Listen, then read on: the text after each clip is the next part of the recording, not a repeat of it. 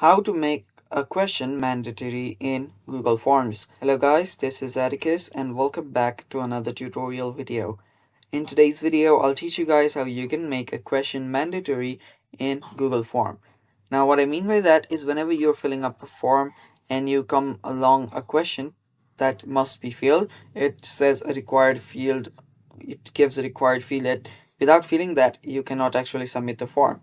So to create a form like that, what you'll need to do is first open up forms. After you open up forms, simply open up any form that you want. And after you open up your form, you can choose a blank form, you can create a blank form, or you can just choose a pre-existing one.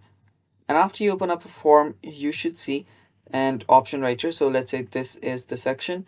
Now to make it mandatory, you'll have to turn on this required option. So let me just head down here, and let's say this choosing this choosing option is now mandatory. So for that, I'll simply have to turn on this required button, and after doing that, it'll get this star like icon right besides it. And after it gets that, now this form must be filled, and without filling it you cannot, the uh viewers cannot actually submit the form.